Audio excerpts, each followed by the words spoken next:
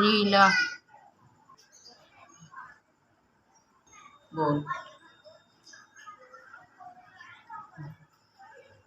बोल कह भी मेरे अस्सलाम वालेकुम। मेरी बच्ची मजूर, अं गरीब बंदे असीं दवाई नहीं लै सकते। मजूर बच्ची चल नहीं सकती, घर भी साडा किराए ते आ, बच्चा मेरा मजूर है, एक बच्ची ते एक बच्चा मजूर ने। ये बीमार रहिंदी है, बच्चा भी बीमार रहिंदा, ये भी बीमार रहिंदी है ते असीं साडे कोल आसरा ही नहीं हैगा दवाई जोगा।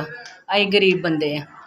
30 साल इहदी उम्र है, 15 सालां दा बच्चा है, वो भी मजूर है, वो भी नहीं चल सकदा।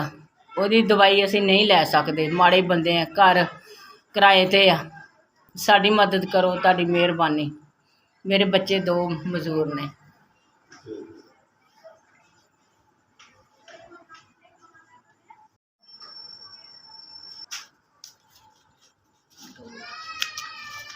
तीन चार पाँच। अस्सलाम वालेकुम। तुसीं 5000 की मदद की आ, तुहानूं अल्लाह ताला इन्ना क दे, बहुत दवे। तुहाडी मेहरबानी, तुहाडे बच्चियां दी खैर, तुसीं साडी मदद की है। ताला तुहानूं खुश रखे, अल्लाह ताला तुहानूं बहुत ज़्यादा दवे। तुहाडे बच्चियां दी खैर, तुहाडी खैर होवे। ताला तुहानूं झोलियां भर भर के देवे, किसी चीज़ की कमी ना रवे।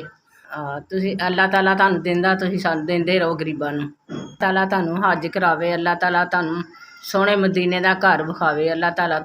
अल्लाह ताला तुहानूं कामयाब करे, अल्लाह ताला आबाद रखे, तुहानूं सोहना मदीने दा घर विखावे।